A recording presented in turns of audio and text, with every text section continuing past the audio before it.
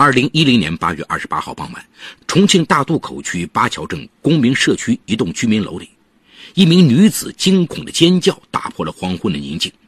她歇斯底里地对着被惊动的邻居喊道：快报警，我妹妹死在屋里了！一股难闻的恶臭扑鼻而来，眼前的一切令邻居毛骨悚然。屋内衣柜打开，里面横陈着一具女尸，脸上血迹斑斑，两眼凸起，脖子上还缠了一根打了死结的拇指粗的麻绳。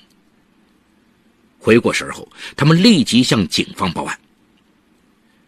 大渡口区公安分局立即成立专案组，侦查员、技术员以及法医第一时间抵达案发现场。根据现场勘查，死者是房屋主人黎凤娇，某机械厂技术员，38岁，被人勒颈致死后藏匿于衣柜内，死后还被强奸过，阴道内有残留精液。初步判断死者于2天前遭遇不幸。警方发现案发现场门窗完好，只有死者死前挣扎的痕迹，没有打斗的痕迹。死者的金银首饰、手机、现金不见了，这种现象表明凶手是和平进入现场，与被害人有一定接触，系熟人蓄意为之。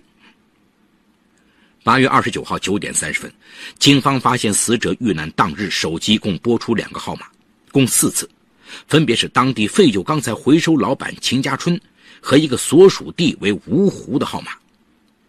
专案组一边积极联系芜湖警方，一边驱车赶赴秦家春家里调查情况。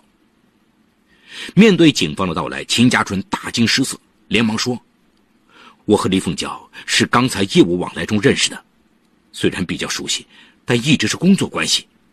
当天他给我打电话，称他辞了单位的工作，希望我能帮忙联系新的工作。然而刑警在秦家春家里发现了一条极为重要的物证，麻绳。经鉴定，这条麻绳与现场提取致被害人死亡的绳子断裂痕迹吻合，秦家春具有重大作案嫌疑。随即专案组扣留了秦家春，并提取他的 DNA 与死者阴道里的残留精液进行比对。秦家春急了，爆出一个令其在场的妻子胡小梅震惊的消息：我没杀人，我和黎凤娇只是保持多年情人关系，但绝对没杀害她。闻讯，胡小梅哭着和他厮打起来。因为业务关系，丈夫和这个女人交往多年，一切看上去很正常，但他没想到二人竟在自己的眼皮底下暗度陈仓，还闹出了人命。案情似乎十分明朗了，然而送检结果显示，死者体内残留的精液与秦家春的 DNA 比对结果竟不一致，但死者黎凤娇体内残留精液 DNA 与秦家春 DNA 呈单亲关系序列。专案组于是将侦查视线聚焦在秦家春的兄弟和儿子身上，通过现场提取被害人阴道疑似精斑做 DNA 鉴定，结果令人震惊，遗留在被害人阴道内精斑者竟系秦家春19岁的儿子秦洪宝。抢劫并勒死了父亲的情妇，还残忍的奸尸，一个19岁的少年为何如此丧心病狂？秦洪宝1991年3月生于重庆市铜梁县华新镇霍林村，他的父亲秦家春现年46岁。1990年携带家眷从偏远的铜梁农村来到钢城大渡口，以操持废钢铁收购生意为营生。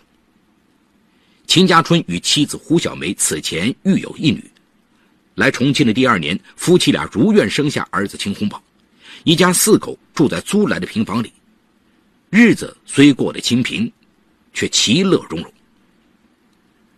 短短几年间，凭借着自身的机敏勤勉，秦家春在废钢铁行业中发迹，生意越做越大，越来越有钱。后来胡小梅也开始早出晚归，帮丈夫操持生意。儿子上学后，忙碌的秦家春偶尔问问其学习情况，儿子考试考得好，他就塞给他几百块钱。秦洪宝渐渐对这样的奖励麻木了，他多么希望自己能像其他同学那样由父母接送上学。此时秦家春并不知道儿子内心发生的微妙变化，只醉心于扩大生意。秦洪宝在大渡口民族中学上初中以后，开始感受到金钱带来的优越。由于他是家里的独苗，父母每月给他上千元零花钱，秦洪宝于是出手阔绰，身边的死党也越来越多，变得骄奢霸道，学习却一塌糊涂。因生意繁忙，秦家春没有更多时间去管教儿子。这几年，妻子通过经商历练，已褪去过去的温柔贤惠，变得强势干练。虽在生意上是得力助手，却不能在生活上给予他柔情似水的情感满足。他的内心深处隐藏着情感的缺憾与空虚，时常梦想着有一个千娇百媚、善解人意的红颜知己陪伴在身边。就在这个时候，黎凤娇闯入了他的生活。2005年，由于生意关系，秦家春结识了某机械厂技术员黎凤娇。黎凤娇时常通过技术部门鉴定，为秦家春提供废钢铁货源，二人便熟络起来。黎凤娇，重庆人，生于1972年10月，因前夫不学无术而与其离异。她带着14岁大的女儿独自生活。在认识秦家春之前，她曾和好几个男人有过交往，期望再次走进婚姻，但这些男人都青睐她的姿色，而不能给她婚姻。认识秦家春后，秦家春的打拼传奇与随和的性格让她十分敬仰，不久便确立了地下情人关系。即便如此，一心扑在生意上的胡小梅还是从二人过从甚密中窥见其不正常的端倪。可是考虑到生意和家的安宁，又苦于没有证据，他只能忍气吞声。妻子的糊涂让秦家春暗自得意，黎凤娇也幻想着只要自己极尽温柔，秦家春爱的天平一定会倒向自己这边，在某一天将自己转正。秦洪宝这年虽上初中，却对男女之事懵懵懂懂。黎凤娇经常出入父亲的公司，秦洪宝对她非常熟悉。黎凤娇的优雅和知性让正处在发育期的她还有几分特别的好感，丝毫没怀疑她和父亲的地下情人关系。初中毕业后，无心继续读书的秦洪宝便辍学回家，想辅佐父亲。可秦家春见他年纪尚小，不让他插手生意。为消磨时间，秦洪宝渐渐染上了打牌的恶习，时常通宵恶战。很快，秦家春便得知了儿子沉溺赌博，情急之下，他听从了黎凤娇的建议，和胡小梅商量控制儿子的花销。得知这是黎凤娇的主意，胡小梅埋怨道：“你怎么老听那个女人的话？你和她好过了？”胡小梅话中有话，秦家春便哄着妻子说：“儿子花费的确太大，人家外人也看不过去，我也是为儿子着想，你也就不要太介意。”见丈夫这么说，胡小梅也不好再说什么。秦洪宝这天玩到深夜才回家，打开客厅的灯，发现母亲蜷缩在沙发里，泪流满面。他很奇怪，问母亲怎么了。胡小梅不回答，眼泪反而更加的汹涌。秦洪宝急了：“妈，谁欺负你了？”好半天，胡小梅才说：“儿啊，你爸爸每天和李阿姨在外加班，他也许不要这个家了。”想到父亲与黎凤娇的频繁接触，秦洪宝预感到什么，只得对母亲安慰一番。可是这有什么用呢？爸爸的生意还真离不开这个女人。2007年2月的一天傍晚，秦洪宝来到公司找父亲要零花钱。其实他是想看看父亲到底是不是与黎凤娇在一起。果不其然，他俩此时正在办公室里谈生意。没等秦家春发话，黎凤娇就抢着说道：“你这孩子怎么3天2头找家里要钱？你以为钱是大水冲来的吗？老秦，你不能老这样迁就儿子。”一个外人却俨然一副女主人的姿态训人，这让秦洪宝心里很不舒服。他多么希望父亲能帮自己说话，将这个女人训斥一顿。可是秦家春却附和着他说：“就是，都怪我管教不严。你这个龟儿子，你给我听着，今后用钱每月不超过3000块。”见秦洪宝一脸的不悦，黎凤娇忙打圆场说：“如果再要钱，必须说明理由。见每月给儿子零用钱降为3000元，护子心切的胡小梅强烈反对。我就这么一个儿子，我们以前也苦够了，难道也让儿子受苦吗？秦家春反驳道，你看看人家离工的女儿，每月吃的什么喝的什么，我们辛辛苦苦打拼一份家业，不就是为了孩子吗？但他应该珍惜，我不能让这份家业给这个败家子毁了。秦家春一再拿出离工对比，胡小梅吼道，你跟他过去吧。此后她经常因为丈夫提到黎凤娇而与她发生争执。经常秦洪宝半夜回来，还听到母亲在房间里哭泣。母亲的孤苦让秦洪宝想戒掉毒瘾，好好陪陪母亲，并学一门技艺。眼看儿子18岁了，夫妻俩最后决定送儿子去重庆大学进修。而秦洪宝怀疑这个主意又是来自多管闲事的黎公，坚决不去上大学。其实他也很想去大学学习，原父母没上过大学的愿望。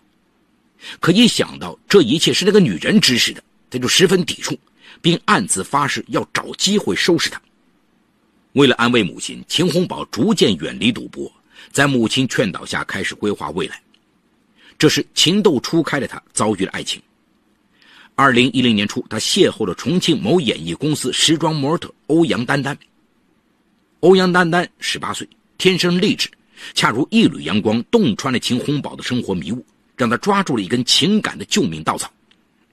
新鲜玫瑰、电子情书、时尚礼物，秦洪宝把父母每月给他的生活费用在了追求欧阳丹丹上。很快，欧阳丹丹与他确立了恋爱关系。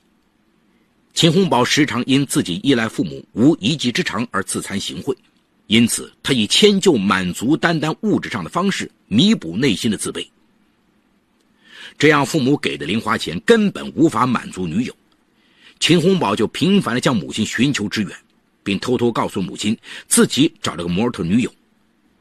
胡小梅虽觉得儿子恋爱早了点，却也十分欣慰，一次次成百上千的偷偷给儿子零花钱。可是秦洪宝的早恋却被黎凤娇无意中撞见了，他不经意地告诉了黎家春，发觉短短几个月，儿子为恋爱花去数万元，而且妻子纵容。秦家春气儿不打一处来，和妻子大吵了一夜后，将儿子狠批了一顿，命令妻子不准再给儿子零花钱。过后黎凤娇劝他，孩子毕竟还小不懂事，要引导。他又特地找到秦洪宝，告诉他，用金钱铺垫的爱情是不可靠的。秦洪宝一把将他推开，难道抢人家老公的爱情就是真正的爱情吗？黎凤娇一时感觉到自己像被剥了皮的鸡，窘迫至极。8月30号是欧阳丹丹18岁生日。几天前，他委婉地告诉秦洪宝，他想要一条钻石手链当做生日礼物。一条钻石手链动辄上万元，秦洪宝哪里拿得出这笔钱？眼看他生日临近，他急得像热锅上的蚂蚁。8月26号上午，秦洪宝软磨硬泡，母亲终于同意给了3000元钱。然而这钱买钻石手链还远远不够。就在他垂头丧气的从家里出来时，碰见那个叫赵三儿的牌友。得知秦洪宝缺钱，赵三儿对秦洪宝说，想找钱，我有个办法。王胖子他们在星星茶楼搓麻将，有2新手，我们打假牌，再归儿子一刀。秦洪宝沉吟片刻，还是点了点头。谁知这是赵三儿等人合伙给秦洪宝下的套啊！一场赌局下来，秦洪宝不仅输掉了手头的3000块，还净欠赌债2万多。当天下午6点多，输红了眼的秦洪宝跌跌撞撞地从茶楼走出来，烦躁不安。就在这时候，他看见下班回家的黎凤娇从一旁的小巷走出来。一见到这个女人，秦洪宝的目光顿时变得阴沉起来。此时黎凤娇见他耷拉着头，便问他，怎么了小宝，站在这里发呆，又输钱了？这句话狠狠戳到了秦洪宝的痛处，他心头恶火腾起，恨不得冲上去给他一巴掌。见秦洪宝不说话，黎凤娇对他说，你该争气些，你爸以后还指望你呢。说完便走了。看着李凤娇脖子上戴着钻石项链一扭一摆离去的背影，秦洪宝忽然意识到，这也许是父亲给他买的，而母亲都没戴过这么好的项链。一个可怕的念头在他脑海中闪现，灭了这个女人。他飞速跑到父亲家中，割了一截捆废钢铁的麻绳揣在身上，随即尾随李凤娇而去。李凤娇刚进公明小区的家门，回头忽然瞅见一个人正站在门外走廊的阴影里，他吓了一跳。等看清门外的人是秦洪宝后，他怒斥道：“你好好的不回家，跑这里干嘛？”秦洪宝讨好的说：“李阿姨，我等朋友安装网线，手机没电了，我用你的手机打一下行吗？”李凤娇显然有些生疑，还是隔着门将手机递给秦洪宝。秦洪宝接过李凤娇的手机，胡乱拨打一通，居然拨通了。一个外地口音的人接听了电话，其实他把电话拨到了芜湖。秦洪宝假装一番交谈后挂断电话，又哀求道：“阿姨，我朋友还没有来，能不能到你家坐坐，喝口水？”李凤娇不冷不热地将秦洪宝让进门来。刚一进门，秦洪宝趁李凤娇不备，立即用备好的麻绳紧紧勒住他的脖子。李凤娇喊不出声，死命挣扎了一阵，不一会儿他便安静下来。此时秦洪宝陷入了罪恶的疯狂中，恐惧、厌恶、委屈、怨恨像火山熔岩一般喷发出来。他把屋里的项链、手镯、现金等数千元财物搜刮一空，然后把李凤娇的衣服撕成了碎片，并扑到她的尸体上。这一刻，他脑海里满是为屈辱忍让的母亲报仇。8月31号，当冰凉的手铐紧紧铐住秦洪宝时，天空突然下起了瓢泼大雨，仿佛要洗刷着人间罪恶。滞留在李凤娇家属心中的悲痛终于可以哭出声来。案件虽然破了，办案民警的心情却很沉重。一个年方19的少年何以如此麻木不仁？这固然是家庭教育的缺失，然而李凤娇是一个更大的悲剧。作为一个离异的单身女人，她有再次选择爱情和组建家庭的权利，可是在再寻真爱无果的情况下，她选择了一条不该走的路，秘密做合作伙伴的隐形情人。她以为自己能在情感的荒漠中找到一眼安全，可是这恰恰让她踏上一条永远的不归路。她至死也许还没弄明白，自己的告别人间看似偶然，实则是一个致命的必然结局。